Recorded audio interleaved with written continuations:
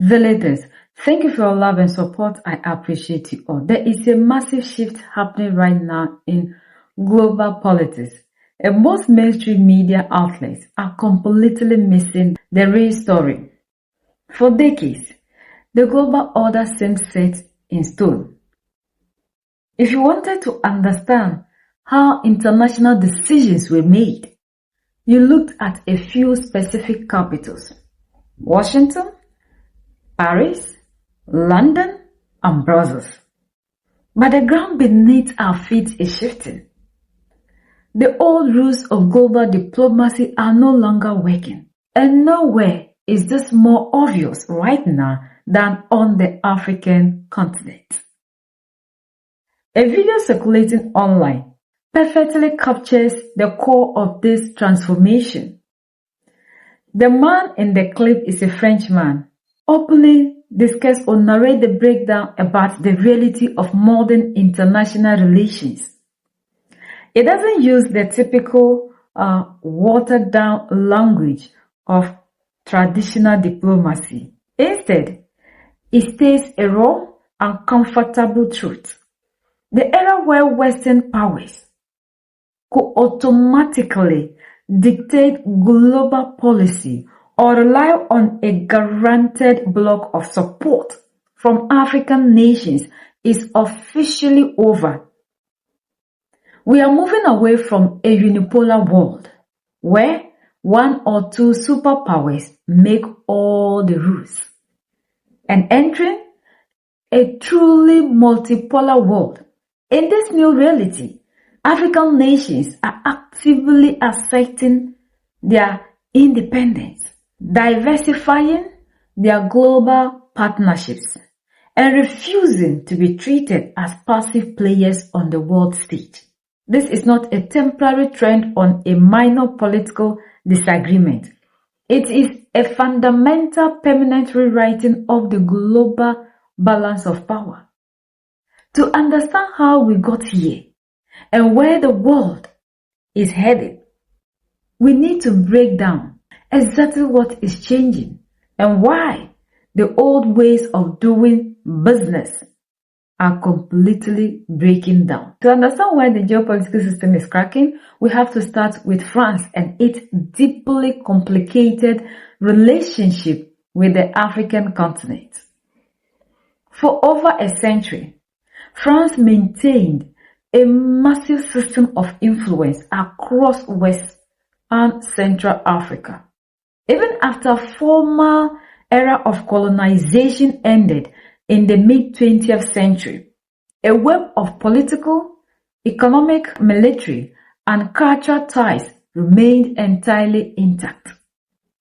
This system was so pervasive that political analysts gave it a specific name, Francafrique.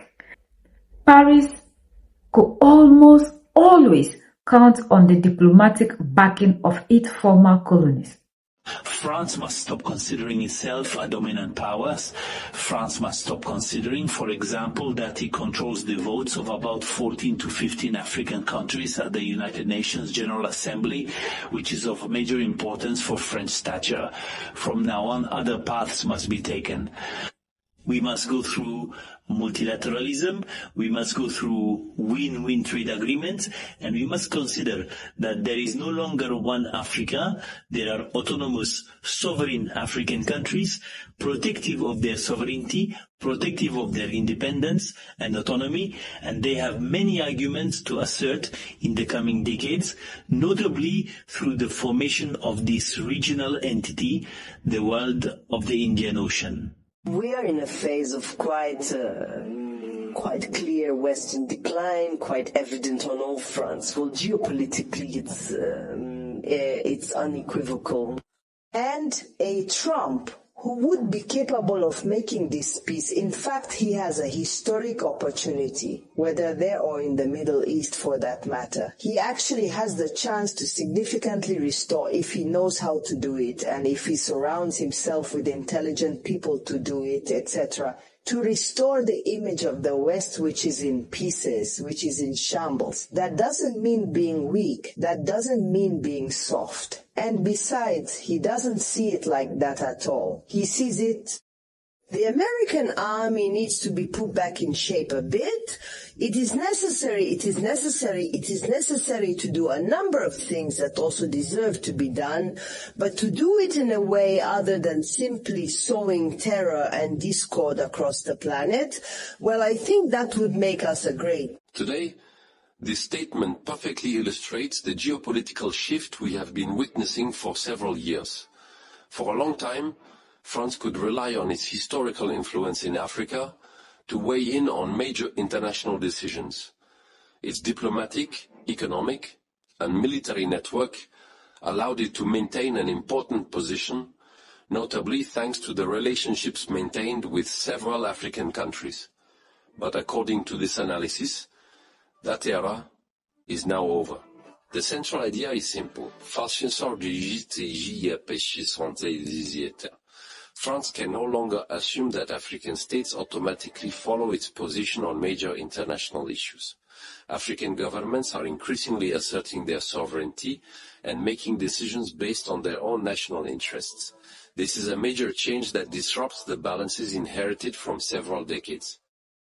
The speaker also reminds us that we should no longer talk about Africa as if it were a homogeneous bloc.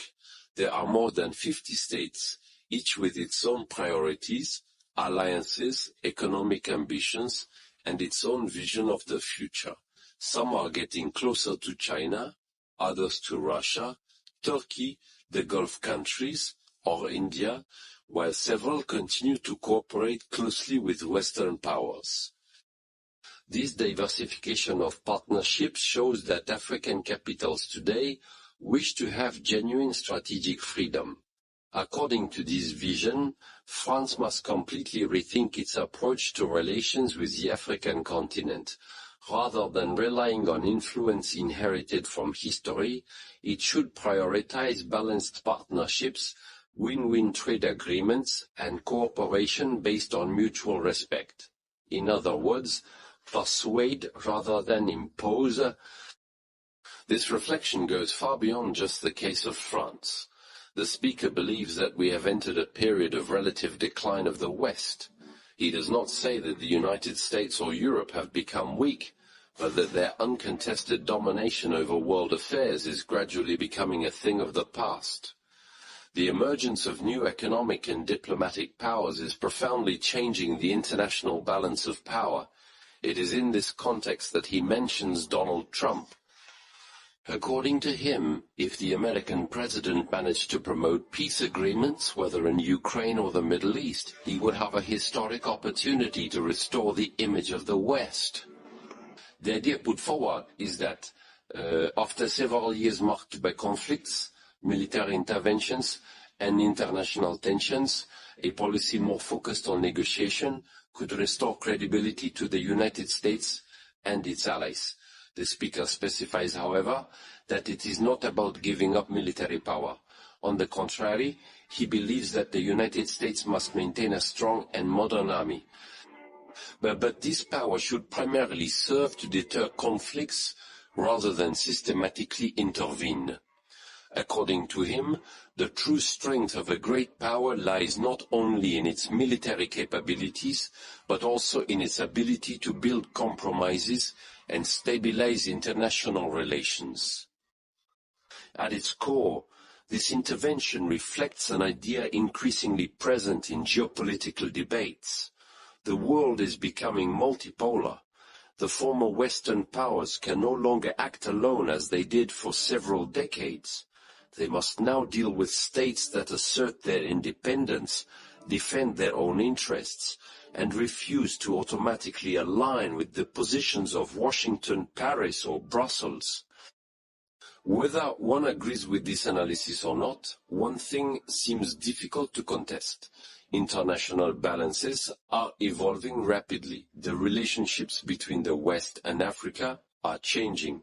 New powers are gaining importance, and diplomacy will likely have to adapt to a world where dialogue, partnerships, and respect for the sovereignty of states will occupy an increasingly central place. France must stop considering itself a dominant power.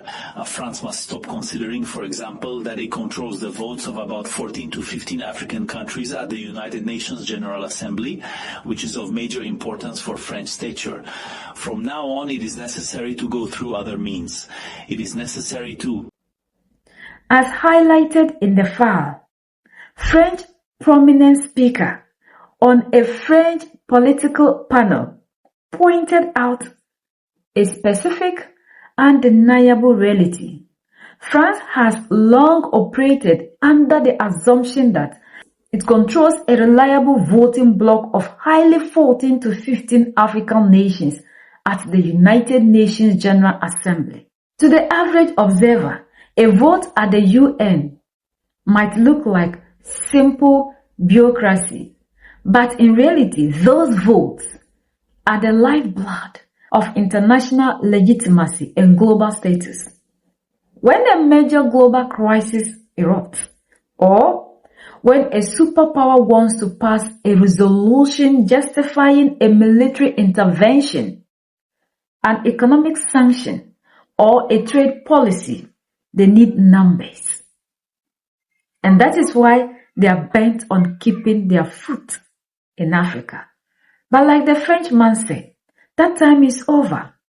The time where France acts like the superpower, it controls everything, has come to an end.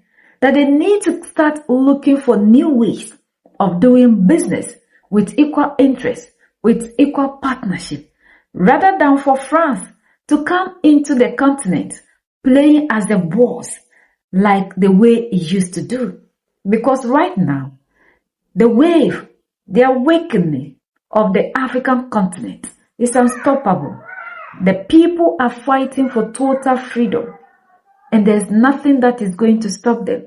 The man is basically advising the French people, we cannot use force to submit these African countries back to control, because the time has come. We have to admit that we have also done something wrong. So we need to correct our mistakes and then look for means of survival rather than depending solely on the resources of the people. Africa has risen, and there's no way we can get Africa back to where we used to in years back. So, the same people that Emmanuel Macron is leading can see the danger ahead. But Macron is still trying to use force in order to bring back the leaders in Mali, Niger, and Burkina Faso. Before they claimed they were coming to help us. Now we are seeing that in the last video, those of you who watch it, and if you haven't watched it, go through. Macron was saying if these leaders don't submit, they don't cooperate to what they want, there's going to be mass deportation of their citizens. Whether you are legally or not, stop trying to use the old ways of forcing African nations to submission. But like the man is saying, that time is over. You can no longer force Africans to do our bid. We have to now find another way of doing business, another way of survival, because the people have risen and there is nothing that will bring them back into submission. So the time for us as Africans to understand that unity is the only thing we need to get to our destination is right now. And that is why it is so important for us to come together as a people to fight, to move on, and to get our sovereignty back to us. We have risen, and there's nothing that is going to stop us, but we can only get to our destination in unity. We are the only ones that can set ourselves free. United we stand, divided we fall, and united we keep standing forever and ever. The greatest enemy of the African is mental slavery. So let's decolonize ourselves from mental slavery. Let's keep sharing to educate our brothers and sisters. Together we'll make Africa great for ourselves and the next generations that are going to come. So that's the latest around the world, in Europe and in France.